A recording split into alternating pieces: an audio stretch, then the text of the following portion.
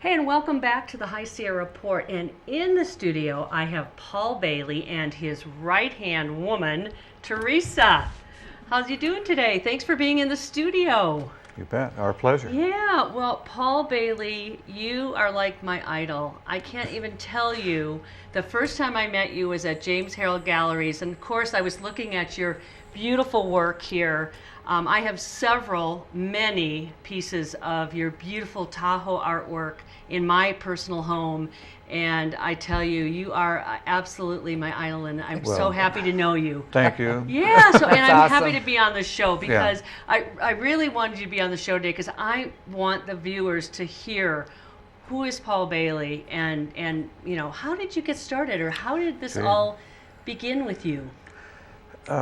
I've been in the art business for 40 years, so you know, to make a long story short, our family had a cabin up by Khyber, so I've been coming up into Tahoe since I was a little boy. You know, always loved the area, and I originally I took art in college, so I did a lot of artwork along the way. Right. And then we got the look of Tahoe is kind of unique, and I liked everything that was about it. So we started up in here, working with some of the galleries, doing specific pieces of the area. So what I did was basically take local scenes and put my spin on it, however you want to word that, so that you've got a look that people like, but it's a little more than that. A lot of what I do is more imagination and reality combined, because I have a combination of the real thing with the accents of things that I remember or visualize myself. Right. So it gives you,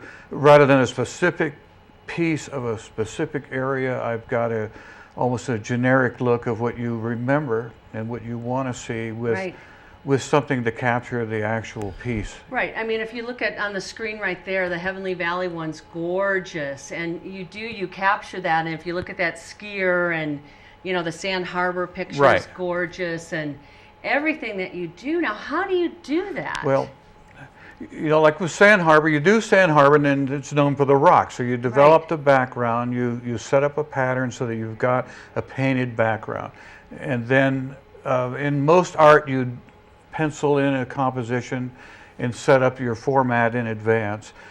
I like to do the backgrounds and then take the focal point, which in this case is the boats. You know, I like the vintage look. Boats. The vintage boats are always a big seller, and so we'll take a Chris Craft vintage from that early 50s era, and then I'll do that as a separate piece, and then we'll overlay that. So you'll take art, most artists do art as a piece of art, and we'll take it from the canvas, scanned in, and then we'll do a digital layering, so that we'll take that outside main focal piece and overlay it onto the print.